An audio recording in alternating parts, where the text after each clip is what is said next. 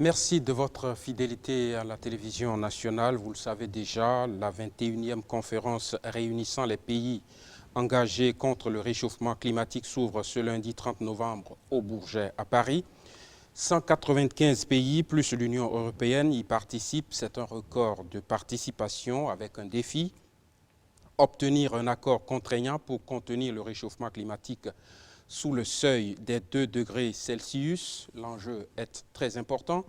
Le dérèglement climatique provoque déjà, selon les spécialistes, l'élévation du niveau des mers, la disparition d'une partie du littoral, des millions de déplacés climatiques et si rien n'est fait, la température pourrait croître de 4,8 degrés Celsius d'ici à 2100 avec pour conséquence de graves sécheresses, des cyclones, la montée des eaux, la fonte des glaciers. Certains pensent que Paris est le rendez-vous de la dernière chance. On va le voir avec mes invités qui sont sur ce plateau aujourd'hui. À ma droite, d'abord, M. Honora Satogina, maître assistant économie et politique climatique internationale, consultant du mécanisme pour un développement propre. Bonsoir, professeur. Merci, bonsoir, monsieur le journaliste. À sa gauche, toujours à ma droite, Eloge Ogoualé, il est climatologue, enseignant aussi à l'université d'Abomey-Calavi. Et puis, à ma gauche, Joséa Dossou-Boudrenou, président de l'ONG Nature Tropicale. Oui, bonsoir. Bonsoir, chers invités. Bonsoir. Avant qu'on entre dans le vif du sujet, nous allons lever un coin de voile sur la rencontre annuelle du climat avec Jean-Claude James. Et on revient sur le plateau. 21e conférence des Nations Unies sur le climat ou la conférence des parties, la COP 21. Enfin, nous y sommes. À l'origine de cette réunion annuelle, l'adoption de la Convention cadre des Nations Unies sur les changements climatiques lors du sommet de la Terre à Rio en 1992. La Convention est entrée en vigueur en 1994 et ratifiée par 195 pays ainsi que l'Union européenne. Un an après la ratification, Berlin a accueilli la première COP. Depuis lors, 3 rendez-vous ont marqué l'histoire. Il s'agit de la 3e COP qui a permis l'adoption du protocole de Kyoto, premier accord international juridiquement contraignant visant à réduire les émissions de gaz à effet de serre. Copenhague 2009, 2e rendez-vous qui a marqué l'histoire à cause de l'échec noté à l'issue des travaux. Et enfin, le sommet de Durban en 2011 qui a permis de retenir 2015 comme date pour prendre un accord universel sur le climat. La COP 21 où Paris va porter la voix des villes mondiales dans la négociation climatique. L'objectif est simple. Il s'agit d'aboutir à un accord mondial afin que notre planète reste vivable. Nous savons que si nous n'agissons pas maintenant, ce qui nous menace, c'est un dérèglement climatique catastrophique avec des conséquences dans tous les domaines.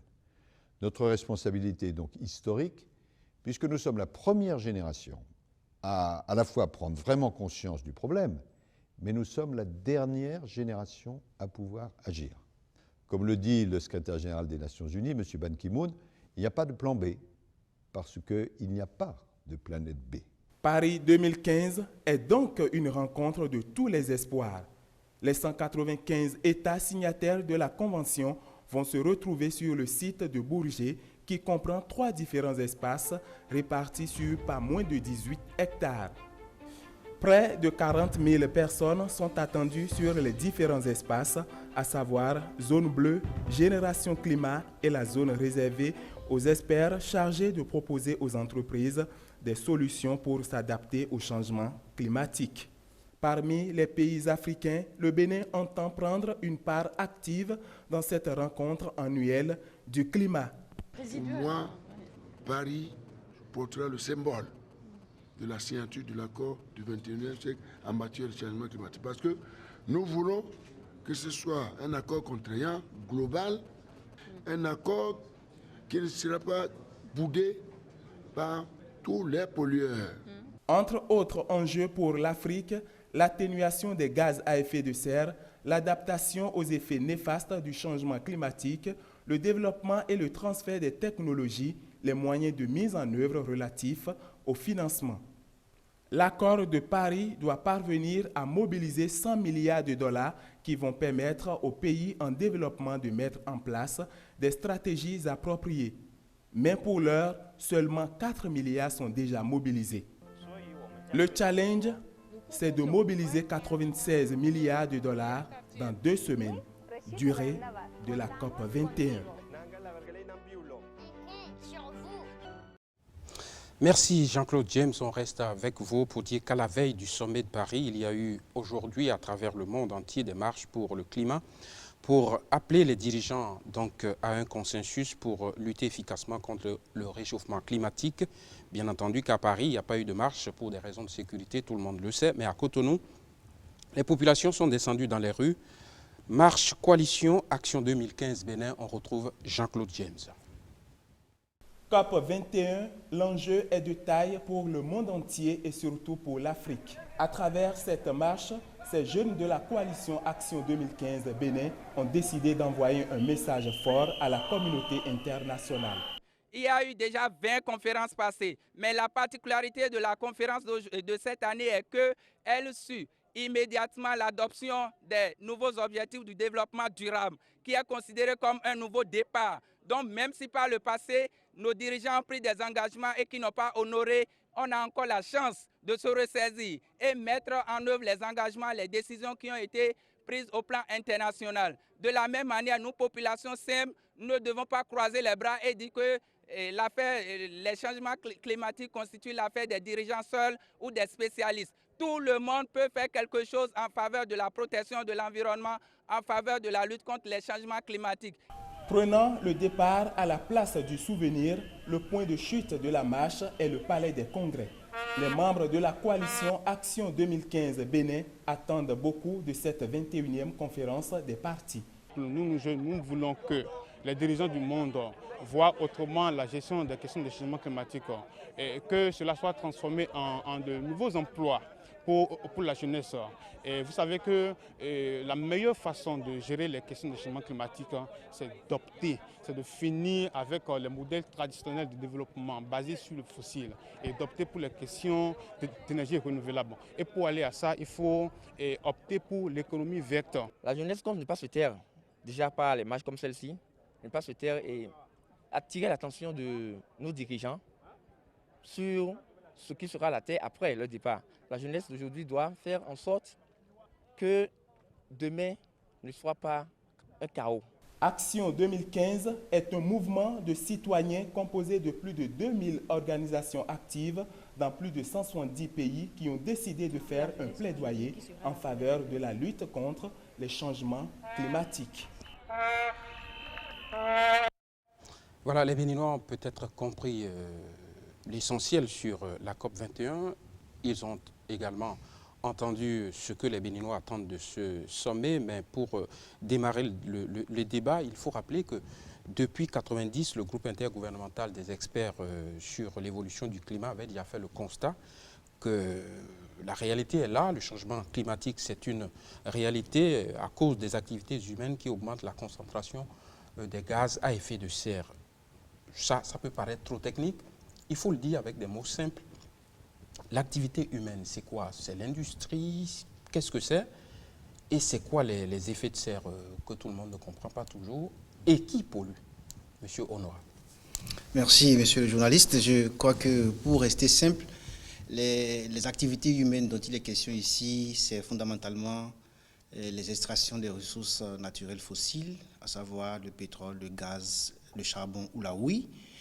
Et ensuite, les industries chimiques qui utilisent différents procédés, qui émettent également des gaz.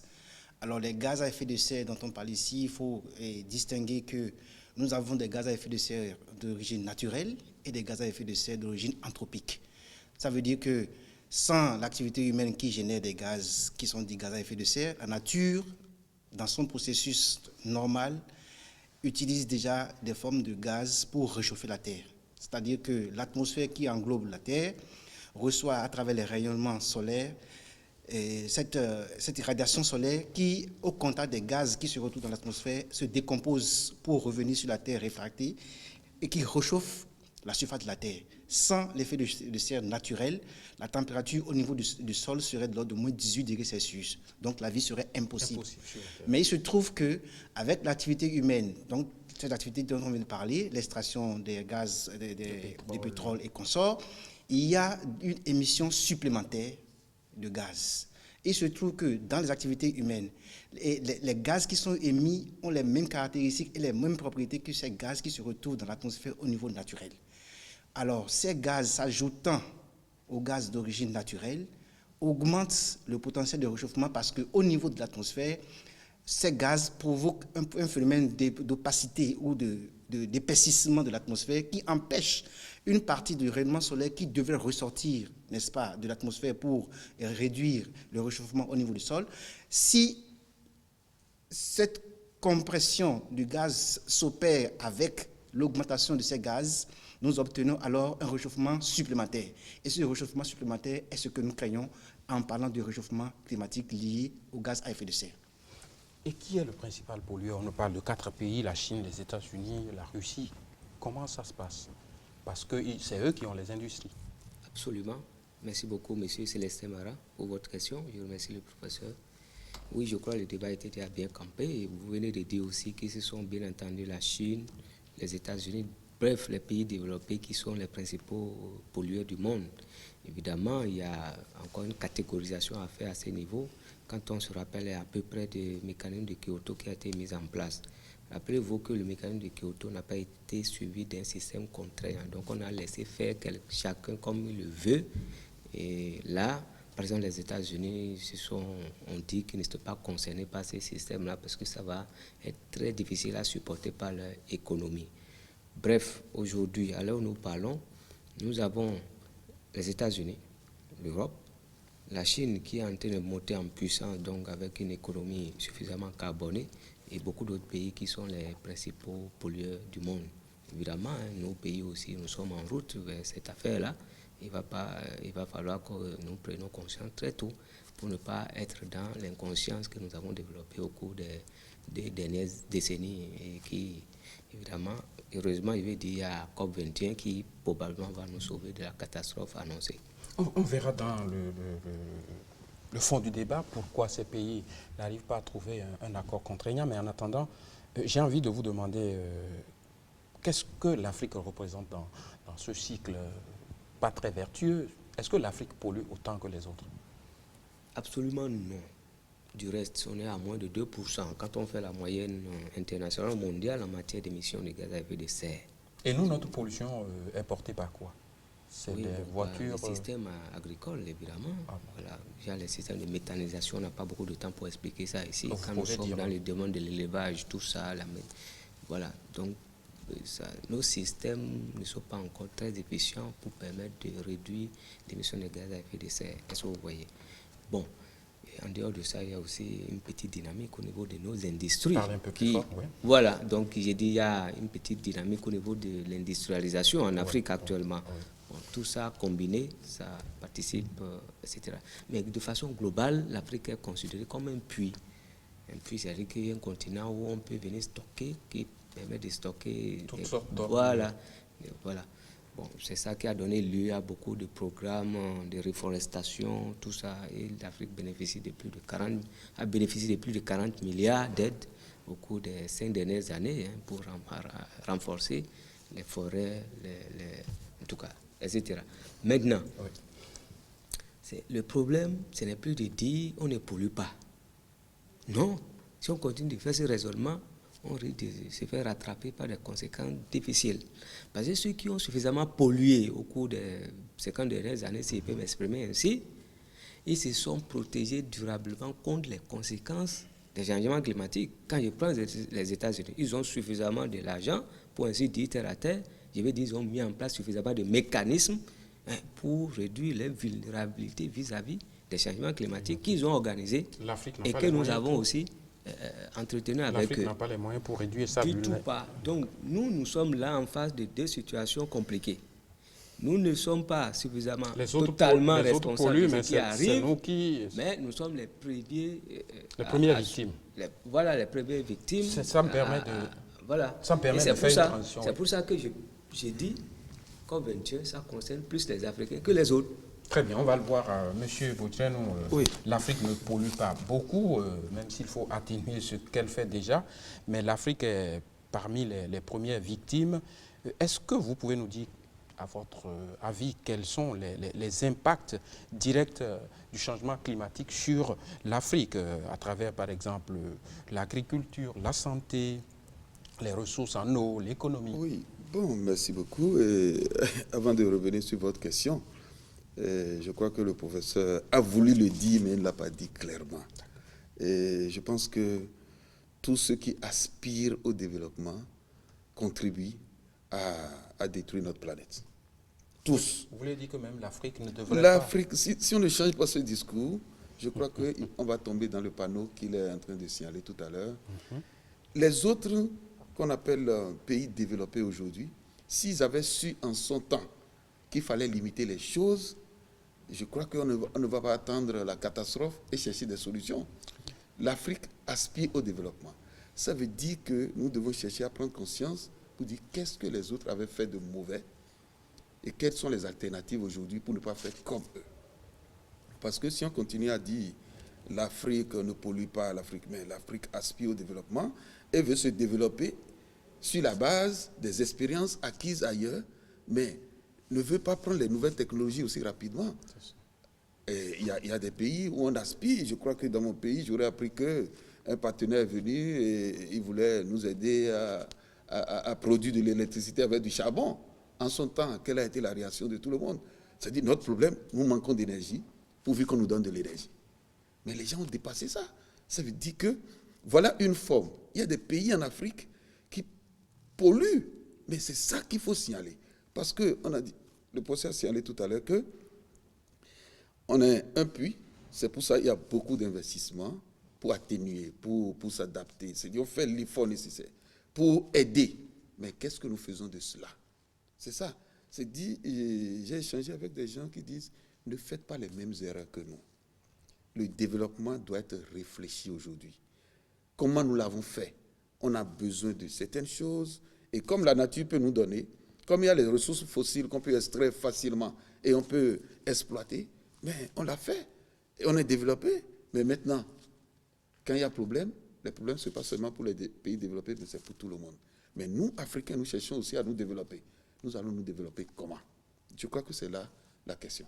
Mais maintenant, concernant les impacts, aujourd'hui, c'est connu de tout le monde qu'il y a changement climatique.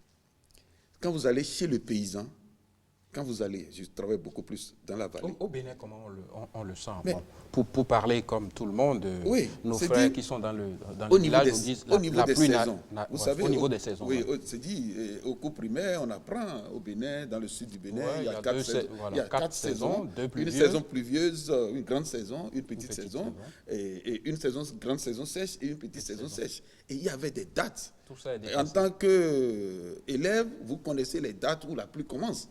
Mais aujourd'hui, à poser la question aux élèves comme aux adultes, et surtout le paysan, il ne sait plus se programmer pour mettre en place sa production. Et là, lui, il sent déjà ce phénomène directement. Il voit que les saisons ne sont plus respectées. Mais c'est dû à quoi? Pour lui, il y a un changement. Absolument. Mais le changement, ça provient d'où? C'est la grande question qu'on va se poser. Parce que pour la science, tout est démontré. Mais ce qu'on manque de dire, et ce qu'on manque d'insister, c'est quelle est la part, parce que le professeur l'a dit tout à l'heure, il y a des phénomènes qui sont naturels. Mais ce qui crée problème, c'est les phénomènes, c'est ce qui est anthropique, c'est ce que l'homme a ajouté, c'est ça qui a déréglé le climat. Et c'est surtout ça, c'est surtout sur ça qu'il faut mettre l'accent pour que les gens voient quelle est mon empreinte écologique, qu'est-ce que je fais qui n'est pas bien. Et je dois commencer, même si je ne peux pas totalement changer, je dois réduire. Sinon, on prendra beaucoup d'engagements. Je pose à la fois deux questions au professeur en même temps. Vous avez écouté les deux invités par rapport au développement de l'Afrique. Est-ce qu'il ne faut pas avancer sur le terrain de l'industrie en Afrique parce qu'on craint le réchauffement climatique? Et deuxièmement, sur le plan économique, les impacts du réchauffement climatique. Ok, d'accord, merci. Je reviens une fois en arrière par rapport à une intervention de mon ami M. Josia, pour dire que les pays européens développés aujourd'hui ne savaient pas au départ quelles seraient les conséquences, ce serait un peu trop caressé dans le sens du poil. C'était prévisible. C'était bien prévisible. Il y avait des chercheurs qui ont mis l'accent sur le fait que la composition chimique de l'atmosphère changeait sous l'effet de l'industrialisation. Et dans le temps, la communauté scientifique a dit que c'était des rêveries. Et par conséquent, on n'a qu'à donner les preuves. Au fond, il devrait y avoir des systèmes d'alerte, non? Oui, mais il faut dire que comme on était au début de l'industrialisation, on n'avait pas tout. Donc c'est aussi un peu l'activité de recherche liée à l'intuition qui avait fait sonner certains chercheurs dès le début. Il a fallu attendre les années 70 pour que la communauté internationale se réunisse pour la première fois pour se rendre compte qu'il y a quelque chose qui se passait. Mais là encore, il a fallu attendre 90, 92 à Rio pour qu'on puisse avoir un accord et finalement un protocole et qu'on sorte jusqu'à Paris. Donc, vous voyez un peu, donc c'est pour dire que l'humanité était dans l'ignorance de tout, c'était un peu faux. On savait très bien. Il faut dire qu'à la base de tout cela, c'est l'économie. Et c'est pour ça que je vous demande l'impact. C'est l'économie qui est à la base de tout ça. Parce que quand on parle d'aujourd'hui de problèmes climatiques, la vraie cause, c'est l'économie. Parce que les économistes ont un postulat qui stipule qu'il faut utiliser les ressources les moins chères possibles et faire le maximum de profit. Conséquence, au moment où il fallait avoir le premier virage énergétique, c'est-à-dire choisir les options énergétiques pour lesquelles l'humanité allait évoluer pour créer la richesse, il y avait toutes les options sur la table. Les options les moins chères étaient les options des énergies fossiles. Les options pour les énergies renouvelables étaient plus chères. Et par la suite, les économistes se sont dit, étant devant nous basés sur nos postulats, on choisit les énergies fossiles. Parce que ça coûte peu. Parce que ça coûte très peu. Et ça rapporte beaucoup. Ça rapporte beaucoup. Et par rapport aux conséquences, ils ont dit l'humanité est suffisamment intelligente pour trouver les solutions en son temps. On y est. Il est difficile d'appliquer les solutions. Donc c'est la raison pour laquelle, lorsque les pays développés nous regardent, ils disent nous avons fait l'erreur de choisir en mettant comme argument on ne sait pas trop, il faut qu'on prouve, on a fini de prouver et nous y voilà, on a des difficultés à changer. Et je demandais l'effet boomerang, c'est-à-dire aujourd'hui, c'est à cause de l'économie qu'on a des problèmes. Et quel est l'impact sur l'économie? Oui, l'impact sur l'économie, c'est comme le serpent qui se mord la queue. Nous avons créé la richesse qui crée des effets pervers, des effets indésirables, donc des externalités négatives, qui risquent de nous détruire finalement. Parce qu'on accumule les sous pour faire quoi? On va utiliser les ressources qu'on a accumulées pour encore corriger les effets indésirables de ce qu'on a créé comme richesse. Donc, au final, on finira par disparaître. Donc, l'économie et les hommes, et tous, si on ne fait pas gaffe, tous, nous allons partir.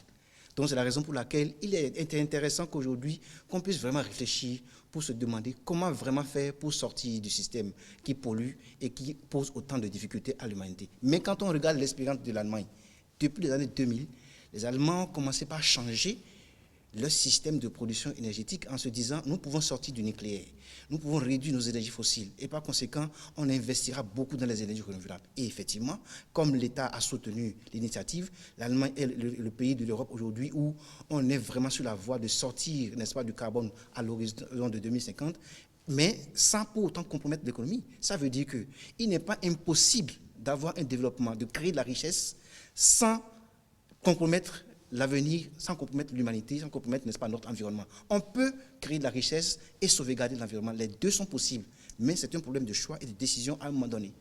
Très bien. Professeur Ogunale, j'ai envie de vous demander, toujours dans la logique des désastres qui sont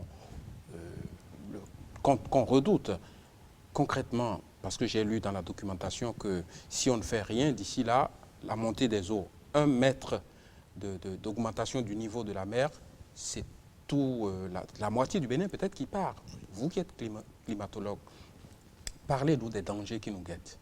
Merci beaucoup, M. Célestin. Si on dépasse le seuil des 2 degrés, qu'est-ce qui va se passer? Je prends d'abord le domaine agricole. Vous savez que notre économie est d'abord fondée sur l'agriculture. Parce que l'enjeu, c'est de ne pas dépasser les 2 degrés. Évidemment. Aujourd'hui, déjà, à l'étape actuelle, quand vous faites une bonne analyse des séries statistiques sur le plan agricole, en relation avec les données climatologiques, on voit visiblement qu'il y a déjà un problème au niveau des rendements agricoles, en lien avec les fluctuations, en lien avec les dérèglements climatiques auxquels nous avons assisté au cours des 3 dernières décennies. Je rappelle quelque chose sur la base des résultats qui ont été agrégés à l'université d'Abomey-Calavi, que les 3 dernières décennies ont été marquées par une augmentation de 1,5 degré au niveau des températures concernant le Bénin. C'est déjà trop. So, oui. Alors, Il fait plus chaud au Bénin. Absolument, et tout le monde le dit. Et tout le monde le dit. Deuxième chose, c'est qu'à l'intérieur de ce réchauffement, il y a une dérégulation des précipitations.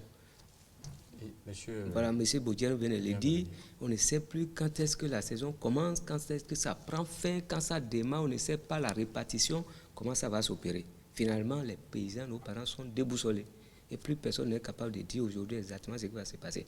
Or, nous avons été il faut redouter peut-être des famines à long terme. On a été éduqués, quand vous regardez les parents, on dit voilà, c'est comme ça on faisait. C'est à telle date on faisait telle culture. Et malheureusement, le climat a changé, mais on n'est pas capable de délaisser les habitudes. Donc vous voyez, il y a une contradiction à l'intérieur là.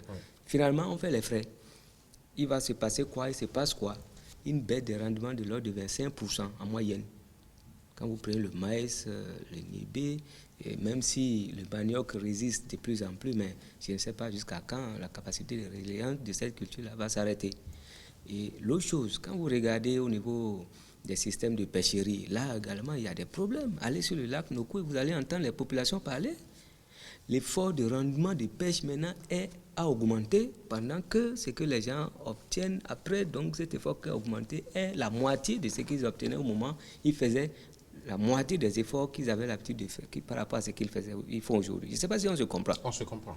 Et dans tous les domaines, c'est à peu près ça. Donc, ce qui nous attend, ce n'est pas de l'amusement. Il faut qu'on se réveille très vite, n'est-ce pas, pour trouver les solutions à cette affaire-là. Alors, pour revenir au niveau de la mer. Oui, merci parce beaucoup. Que, quand on a dit, les pays du littoral sont menacés. Effectivement. Tous les pays du monde, maintenant, par rapport à la question donc, de l'augmentation du niveau marin. Vous savez, Cotonou, globalement, quand il prend notre capitale, c'est en dessous du niveau zéro de la mer. Hein? Bon, il y a quelques parties qui sont surélevées, mais globalement. Advenant une augmentation qui dépasse les 2 degrés, et d'ailleurs, même à l'étape actuelle, quand vous suivez les données statistiques depuis 60 jusqu'à nos jours, on sait qu'il y a un recul terrible au niveau donc, du littoral. Autrement dit, il y a les questions d'érosion. À cela va s'ajouter maintenant, ensuite et davantage, ces questions d'augmentation.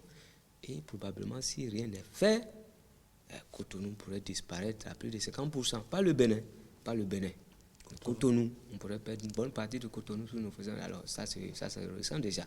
Dans certaines parties de Cotonou, il y a des efforts d'adaptation, bien des sauvegardes qui sont en cours. Bon, évidemment, peut-être c'est à revoir aussi au regard des problèmes que nous On verra justement les mesures d'adaptation, d'atténuation, on verra bien ces concepts, qu'est-ce que ça recouvre. Mais M.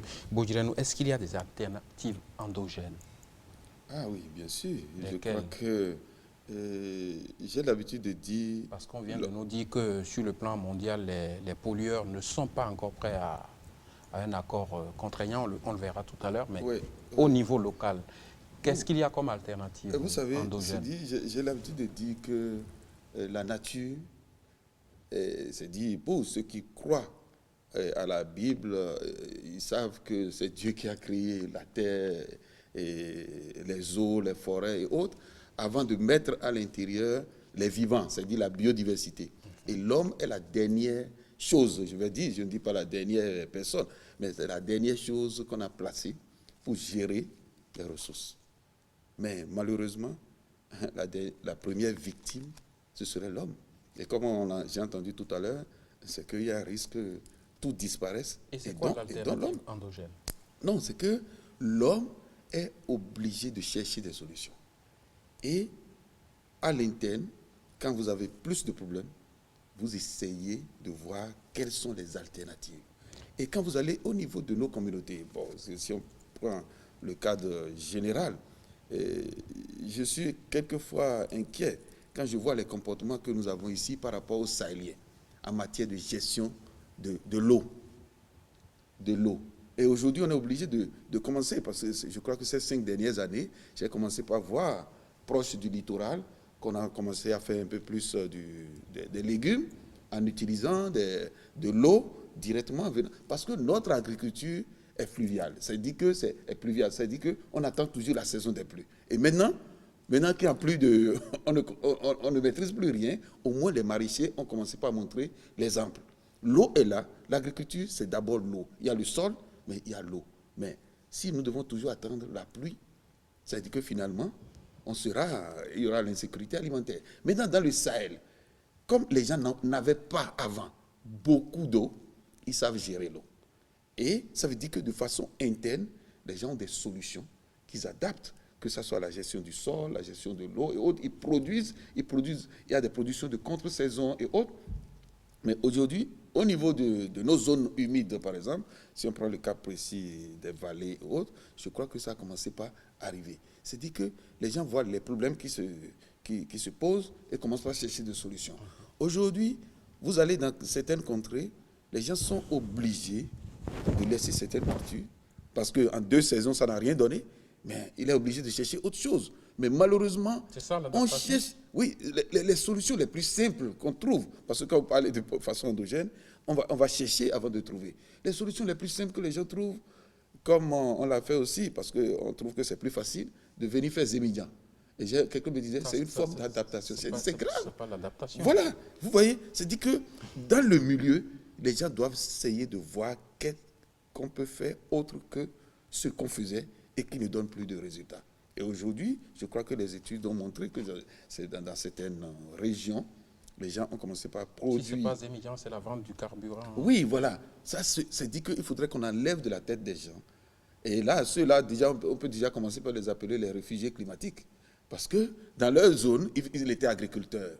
Des phénomènes sont arrivés, il fallait vendre la terre, les problèmes d'accaparement de terre et autres. Ils vendent la terre, ils achètent une moto et ils pensent qu'il s'est adapté parce que la terre ne produit plus, parce qu'il n'y a plus de pluie. C'est grave. Et il vient pour créer encore plus, parce que tout à l'heure on demandait si on contribuait à créer des problèmes des gaz à effet de serre. Quand toutes ces motos se retrouvent dans nos villes, où aujourd'hui, moi en tant qu'écologiste, j'ai un peu peur.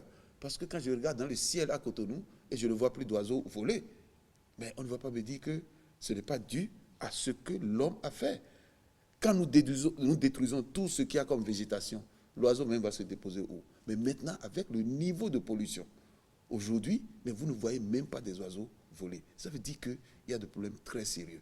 Mais au niveau de l'adaptation, c'est que dans nos contrées, les gens cherchent des solutions. Sinon, s'il n'y avait pas de solution interne, de voir des possibilités de faire d'autres cultures à la place d'autres, de chercher d'autres activités. Aujourd'hui, je suis parti dans la vallée de l'Oué et je me suis posé la question. Mais pourquoi dans mon pays, pendant longtemps, on n'a pas fait la promotion de l'exploitation du sable fluvial? Aujourd'hui, sans réglementation, ce qui se fait, demain ce serait difficile. Depuis qu'on a interdit l'exploitation du sable, mais une nouvelle forme d'activité s'est développée et je demande aux scientifiques d'aller sur le terrain pour voir le nombre de femmes qui se donnent à cette activité pour supporter leur famille. C'est devenu grandissant. J'étais au niveau d'un embarcadère. Vous voulez dire que c'est une menace aussi ou... Non, ce n'est pas une menace. Okay. Voilà des formes d'adaptation. Tout à l'heure, on a parlé du plan d'eau. Moi, je veux bien être dans les débats concernant le climat, qui est, pour moi, quelquefois, ça devient slogan, mais il faut toujours chercher quel a été l'impact de l'homme sur les phénomènes. Tout à l'heure, quand on parlait du cas du poisson, je suis parti, les gens m'ont dit, oui, il n'y a plus de poisson. Et j'ai dit, mais pourquoi? On dit, non, bon, comment la crue n'a pas été bonne? Ah, mais j'ai dit, non. Et regardez l'enfant qui est là-bas. Il est en train d'utiliser le moustiquaire pour pêcher. Mais s'il n'y a pas petit poisson, il n'y aura pas grand. Mais si vous voyez des phénomènes comme ça, vous ne dites rien. Et quand vous allez dans les vallées, surtout dans l'Ouémé, pendant la période de crue, entre août et novembre, les gens utilisent des techniques qui sont interdites depuis ce qu'on appelle les méropokonou, les topokonou. C'est pratiquement des filets pour tamiser l'eau. On ramasse tous les alevins. Très bien, j'ai compris. Après, on dit changement climatique. Vous avez évoqué quelques éléments donc, de ce qu'on appelle la solution endogène. Professeur, atténuation, adaptation, tout le monde utilise ces concepts comme si c'était la panacée. En quoi ça consiste? Ok, merci monsieur le journaliste. Je crois qu'il faut voir qu'il y a deux grands axes pour essayer de faire face aux effets du changement climatique. Premier axe, il faut essayer de limiter les conséquences. C'est ça l'atténuation. C'est ça l'atténuation. Donc, quels sont les éléments qui sont à la base du phénomène? Nous avons cité tout à l'heure les énergies fossiles, les procédés industriels et autres qui contribuent à émettre des gaz additionnels qui causent le réchauffement. Donc, en termes d'atténuation, nous allons essayer donc de voir à l'origine comment on peut changer notre façon de produire l'électricité, comment est-ce qu'on peut changer notre façon de nous déplacer, donc en promouvant les transports en commun, comment est-ce qu'on peut changer les procédés chimiques au niveau de l'industrie. Ça, vous parlez pour les pays puissants, ça. Voilà. Et on verra pour les pays pauvres. Pour les pays pauvres, on verra donc. Donc, en termes d'atténuation, c'est cela. Maintenant, si on vient au niveau des pays pauvres, on peut se dire, nous sommes dans des pays où nous n'avons pas beaucoup d'énergie. Qu'est-ce qu'on peut avoir comme atténuation? On peut essayer de voir si on ne peut pas augmenter l'efficacité énergétique au niveau de nos bâtiments. Nous utilisons beaucoup de climatiseurs. On peut essayer d'avoir des climatiseurs beaucoup plus efficients. On peut essayer d'augmenter l'étanchéité de nos locaux. Ça veut dire un changement complet de nos habitudes. On change complètement les habitudes. L'habitat, la façon même d'organiser nos villes. Tout doit changer en réalité. Nous avons eu un sentier qui était mauvais, on s'est rendu compte maintenant, il faut que tout le monde change. Ça, c'est l'atténuation. Au niveau de l'adaptation, ça veut dire que nous avons des conséquences qui sont là et que nous ne pouvons pas éviter tout de suite, alors on s'y adapte. Par exemple, si je prends le domaine de l'agriculture, comme le disait M. Bourgenou, la recherche va nous permettre de chercher les types de cultures qui peuvent mieux s'adapter au nouveau cycle de pluie. Ça veut dire quoi? Avant, les pluies tombaient jusqu'à 90 jours. On a des maïs qui font 90 jours pour donner. Aujourd'hui, on va faire des recherches pour trouver des cycles courts, des maïs qui vont donner à 45 jours. Ça, c'est une forme d'adaptation. Tout ça a un coût. Bien entendu, il faut d'abord la recherche, il faut maintenant changer des habitudes, et il faut aussi avoir maintenant, de façon appropriée, les espaces pour mettre ces cultures-là en terre. Donc, voilà les deux grandes activités qu'on mène en termes d'atténuation et d'adaptation pour pouvoir faire face. Il y en a beaucoup d'autres, mais comme on est sur une émission, on ne peut pas tout citer. Très bien. Professeur Ogouale, j'ai envie de vous demander, mais depuis Rio en 92 jusqu'au sommet de Paris, qu'est-ce qui a changé concrètement? Merci beaucoup. Je crois que le professeur disait tout à l'heure, au départ, on savait que tout ce que nous avons développé comme système économique allait déboucher sur des conséquences compliquées, difficiles. Les gens le savaient. Je rappelle que déjà en 68, si mes souvenirs sont bons, il y avait déjà un premier rapport qui a dit « halte à la croissance », qui a donc attiré l'attention de la communauté économique pour dire tel qu'on est en train de se comporter, ça arrive de compromettre les chances de nous qui sommes là et les chances surtout des enfants, des générations futures. Heureusement, sur la base de tout ça, il y a eu la première conférence internationale sur l'environnement en 1972 à Stockholm. Oui. Et en application des recommandations de cette première conférence, nous sommes allés à ce que nous avons appelé le concept de développement durable et qui a amené donc les gens finalement à accepter un tant soit peu les conclusions du premier rapport halte à la croissance. C'est le club de Rome qui avait donc élaboré ce rapport-là dans les années 70. Finalement, ce qui a changé, c'est qu'à partir de 90, sur la base de tout ce qui a été écrit, fait les lobbying, les partis verts, etc., la communauté internationale a pris la mesure des dangers qui guettaient notre civilisation. Et là, on est allé à 3 générations donc, de conventions. Convention sur la biodiversité, convention sur les changements climatiques, convention sur la désertification. Un peu plus tard, ce sont des concepts. Hein. Non, ce n'est pas des concepts, ce sont des mécanismes qui ont été adoptés, qui ont permis de limiter un tant soit peu les dégâts. C'est vrai qu'on n'a pas vu directement et facilement les effets, mais ça a fait quelque chose. Je peux dire que si on est à COP21, c'est parce qu'il y a eu d'abord ces 3 générations de conférences ou bien de conventions. Parce que c'est ça qui a aiguillonné, d'abord qui a renforcé ce qu'on appelle les ICC Panel, International Panel on Climate Change, qui est donc cette instance internationale qui n'est plus contestée, je crois, par les différents pays du monde, parce qu'on sait maintenant qu'on a une base scientifique sur les questions du réchauffement climatique, ce qui n'était pas le cas. Les Américains, je crois, dans les années 70, 80, disaient non, on s'en fout, c'est pas vrai, nous on a des résultats contraires, etc. Pour ne donner que l'un exemple, il y a beaucoup d'autres pays qui faisaient comme ça. Aujourd'hui, ce qui a évolué, donc il n'y a plus ce problème-là. Il n'y a que les rapports du GIEC sont presque admis à l'unanimité. Tout le monde est convaincu du danger qui nous guette. Si nous dépassons 2 degrés, on sait que c'est la catastrophe. Tout le monde est convaincu de ça. Et je pense bien que c'est ça qui mobilise et tous ces pays comme la Chine, comme les États-Unis, qui ont fait de grandes déclarations avant COP21. Je crois que les Américains ont dit, nous, on est prêts pour limiter, je crois, pour réduire jusqu'à 26%. Mais ils ne sont pas prêts pour l'accord contraignant, on verra. Non, je vous en prie, que c'est déjà un pas par rapport à ce que nous avons vu au cours des 10 dernières années ou 20 dernières années. La Chine a pris des résolutions fermes pour dire, vous n'êtes pas climato-pessimiste.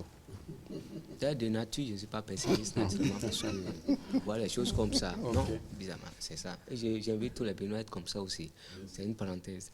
Mais bon, bref, les problèmes se posent à nous, on a l'obligation de les résoudre. Et comme M. Bergeron le disait, si on s'assoit, on réfléchit, on a toutes les solutions. Qu'est-ce que Dieu a dit?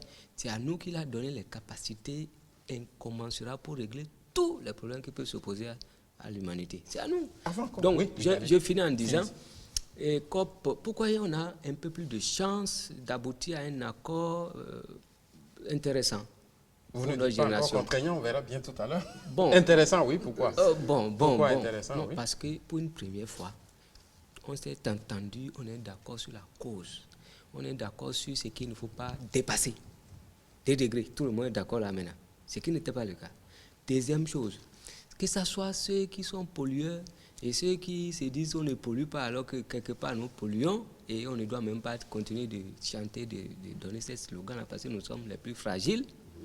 On s'entend pour dire, bon, nous devons nous mettre ensemble parce que nous sommes dans la même maison, dans la même barque, pour donc orienter nos actions dans le sens de réduire effectivement les gaz à effet de serre, donc l'atténuation. On s'entend maintenant, plus ou moins. Et aujourd'hui, on nous dit, on est d'accord que nous-mêmes, on a besoin d'aller au développement. Et s'il faut aller au développement, si on doit suivre les itinéraires que les autres ont fait, c'est qu'il faut le développement d'une économie carbonée. Mais comme ça, c'est qu'on se prépare pour dépasser les 2 degrés, ce qui n'est plus bon. On est d'accord. Donc, nous, on va aller au développement, mais en développant des solutions décarbonées. Et là, c'est l'énergie propre. Effectivement, je crois qu'on va en venir. Et là, maintenant, c'est ça même, c'est une opportunité pour l'Afrique, pour le Bénin. Ah, justement, j'allais embrayer sur plusieurs milliards qui coulent. Finalement, quelle est la capacité de notre administration, de chacun de nous, à aller saisir ces opportunités? Je crois que c'est dans ce sens qu'il faut qu'on s'asseye maintenant pour voir. C'est la question que j'allais poser. Parce qu'au cours des 10 dernières années aussi, je crois qu'il y a plus de 500 milliards de francs qui traînaient dans les banques, même si c'est sur papier, qu'on devait aller tirer pour venir régler les problèmes d'adaptation, de vulnérabilité ici. Mais bon... On verra ça dans le financement de ces concepts. Mais professeur, justement, est-ce que le changement climatique ne devrait pas être une opportunité pour certains pays plutôt que le désespoir, le pessimisme? Oui, exactement. Le changement climatique devrait être... Vous êtes économiste. Oui, je suis économiste de l'environnement. Ça devrait être une opportunité pour certains pays, et cela l'est, effectivement. Pour lesquels pays? Pour tout le monde, en réalité. Mais il se trouve que dans le... Comment ça devrait l'être? Voilà, ça devrait l'être parce que ça nécessite un changement de paradigme, donc de nouveaux investissements et de création d'emplois. Et voilà les cycles qui génèrent la croissance. Or, il se trouve que dans le processus que nous avons décrit auparavant en disant que c'est les économistes qui sont à la base du problème, on s'est rendu compte que nous avons eu dans l'histoire de l'humanité des lobbies de l'acier, du pétrole, du gaz, du charbon, qui sont des lobbies très puissants. Et c'est eux qui mettent la pression sur les gouvernements et qui financent la recherche parallèle pour démontrer que tout ce que les scientifiques du GIEC étaient en train de dire était faux. Donc pendant tout ce temps, ces lobbies très puissants ont plombé les négociations. Quand vous avez demandé tout à l'heure qu'est-ce qui a marché, qu'est-ce qui n'a pas marché, c'est eux qui sont à l'origine des idées toujours pour repousser les négociations qui devront apporter des résultats très intéressants. Donc, ceux-là se disent, si nous qui sommes les puissants aujourd'hui de l'énergie polluante, nous devons changer, ça fait des centaines de milliards de dollars que nous avons investis et qu'il faut perdre. Deuxièmement, si nous disons, ayons un accord à 2 degrés, ça signifie que ceux-là doivent laisser dans les puits, différents puits de gisement, 80% des énergies fossiles. Cela représente plus de 27 000 milliards de dollars qu'on empêche ces lobbies-là d'aller chercher. C'est un cercle vicieux. Donc ceux-là ne sont pas prêts du tout à lâcher. Vous comprenez pourquoi c'est compliqué. Donc c'est la raison pour laquelle tous ces éléments mis ensemble feront qu'on aura des difficultés. Mais il se trouve qu'au même moment où on est en train de dire qu'il faut sortir de ce système de production et qu'il faut changer de paradigme, nous avons d'autres opportunités en termes de développement des énergies renouvelables. de développement du transport à base d'électricité, du transport avec les gaz propres. Toute cette technologie existe et offre des possibilités de création d'emplois et donc de création de richesses. Donc, le problème qui se pose, c'est le lobby qui se disent, si nous laissons tomber, nous allons perdre, on n'est pas sûr d'être les autres lobbies les puissants dans les nouvelles entreprises qui vont se créer, et pour cette raison, on traîne le système vers le bas. Mais, dans le même temps, il y a d'autres chercheurs qui encouragent ce système-là, et de nouveaux investisseurs qui prennent possession de ces connaissances qui sont nouvellement générées et qui s'y lancent. Donc nous avons les nouvelles générations de véhicules, les nouvelles générations d'énergie renouvelable qui arrivent sur le marché et qui montrent qu'un nouveau monde est possible avec de nouvelles formes de création de richesse. Donc ça veut dire que du point de vue économique, on peut également faire de la richesse. La seule question qui se pose, est-ce que nous allons tous adopter et changer ces modes de production et de consommation en même temps où on va attendre que certains commencent d'abord. Or, si vous produisez l'électricité avec les énergies renouvelables et que l'autre produit l'électricité avec les énergies fossiles sales, vous irez vendre sur le même marché. L'énergie renouvelable coûte plus cher, vous n'aurez pas de part de compétitivité sur le marché. Par conséquent, vous allez faire faillite.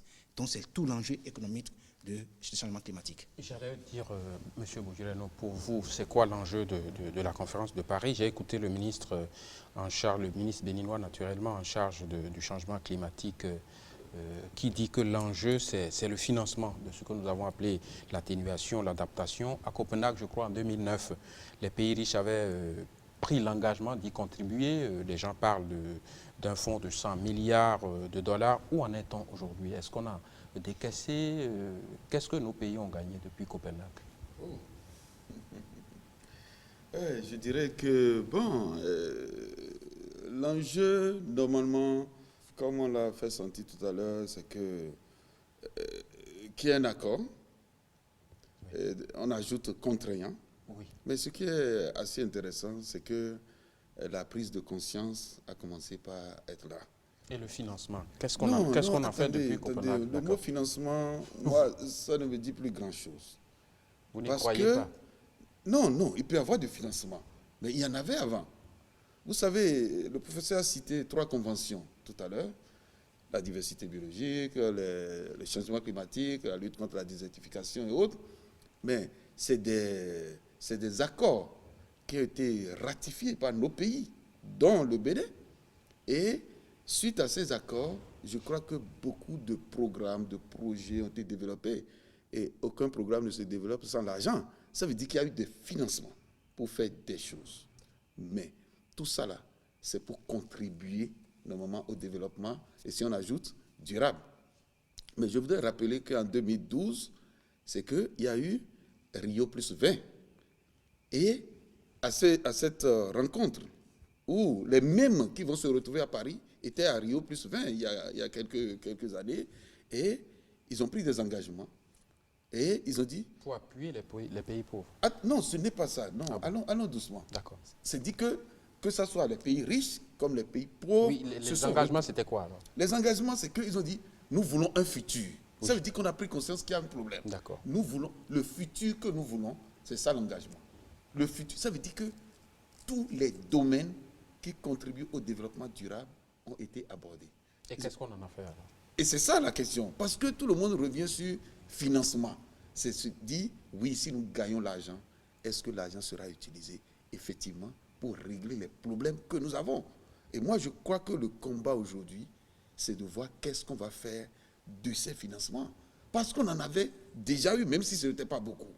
Parce que vous n'allez pas mettre devant seulement dire, parce que nous sommes pauvres, nous allons exploiter abusivement. On n'ajoute pas ça. C'est-à-dire nous exploitons les ressources telles que nous avons l'habitude. C'est-à-dire que vous craignez que nos dirigeants se battent pour obtenir des financements, peut-être que ces financements soient orientés vers d'autres choses, c'est ça? Non, ce n'est pas ça. C'est que tout le monde va se battre. Parce que là, maintenant, on dit qu'on veut avoir des accords. Si les Africains votent dans le sens seulement, nous voulons qu'on mette de l'argent à notre disposition, mais le débat est raté. Parce que si on va mettre les moyens, mais si les autres continuent toujours, dans tous les pays aujourd'hui, on parle de pollueur-payeur. Mais le pollueur qui paye, est-ce que ça a réglé le problème du changement climatique? S'il doit continuer à polluer et il paye. Les problèmes sont pour tout le monde.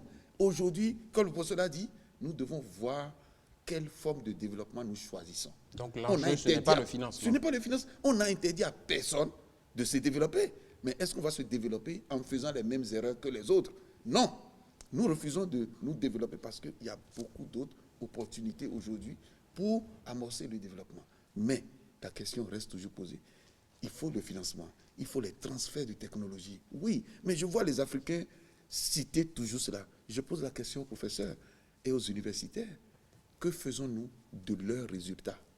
Eux, au Bénin, là, qu'est-ce qu'on met?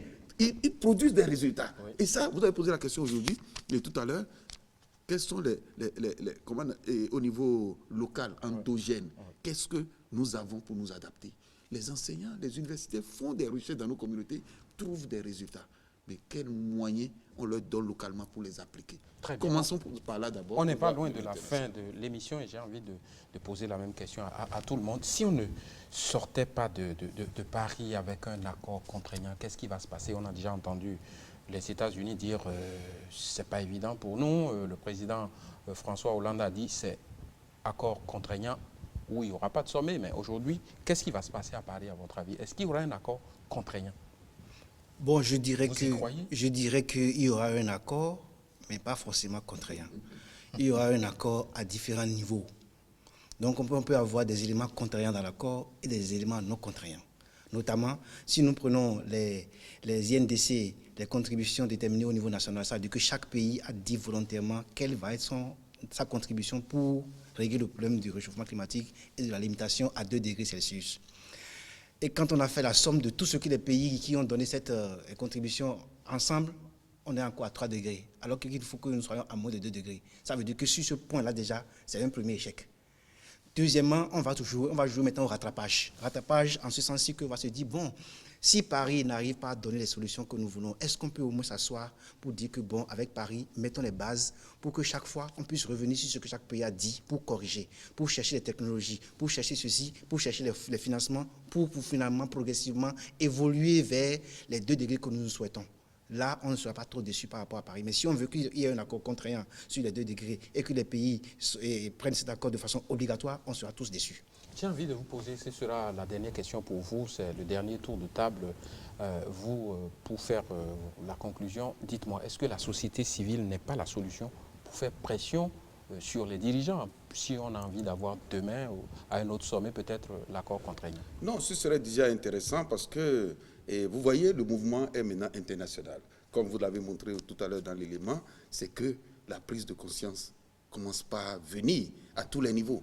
Et là, les Béninois, les jeunes, la communauté environnementale au Bénin aujourd'hui a marqué le lancement de cette conférence en faisant des appels aux autorités pour dire faisons tout pour que la terre puisse continuer à nous supporter. Ce n'est pas nous qui supportons la terre. La terre, pour que la terre continue à nous supporter, prenez des engagements, mais surtout, et j'étais content du message tout à l'heure, apprenons à respecter ces engagements. Et je crois que c'est ce que la société civile va aider les États à continuer à le faire. Merci.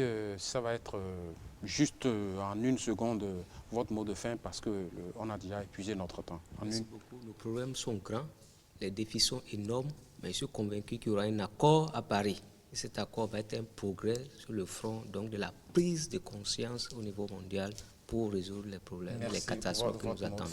Oui, je crois aussi que le temps passe très vite. Oui, très vite. Je crois que nous allons espérer que Paris puisse vraiment apporter des solutions, mais on ne va pas avoir des solutions à la hauteur des attentes. Seulement que ça ne va pas être la fin du monde.